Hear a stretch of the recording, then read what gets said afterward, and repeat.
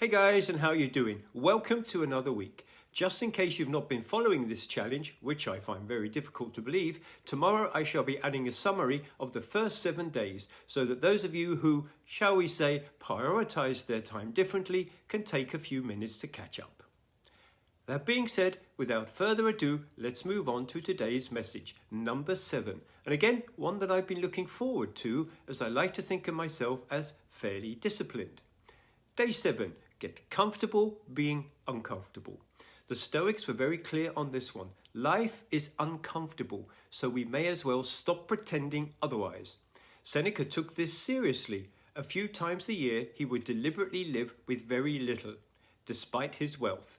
He'd eat simple food, sleep on the ground, and generally make life harder on purpose. Why? So he could face discomfort directly and say to himself, "This is what I was worried about, and I can handle it."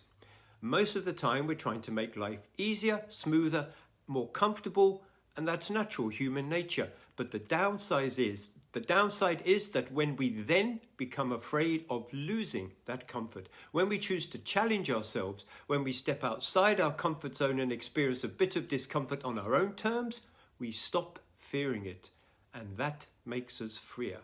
Because if you know you can cope without comfort, you become more resilient, more confident, and ultimately more courageous.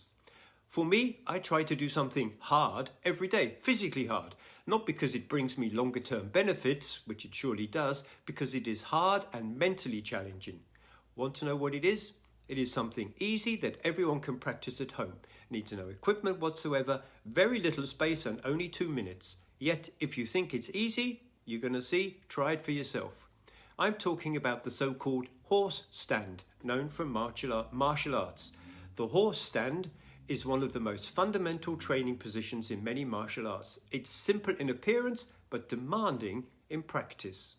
What it is, it's a low, wide squat position where your feet are set wider than your shoulder width, toes either forward or slightly apart, and knees are deeply bent. Back upright and your core is engaged. It resembles something like sitting on a horse, hence its name. Why is it important?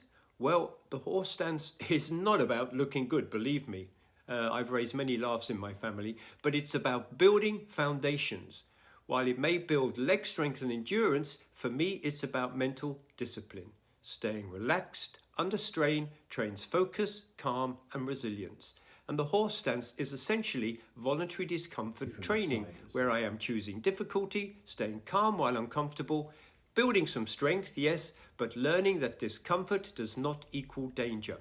I'm going to put up a short video alongside this of me doing it, and I manage 2 minutes every day.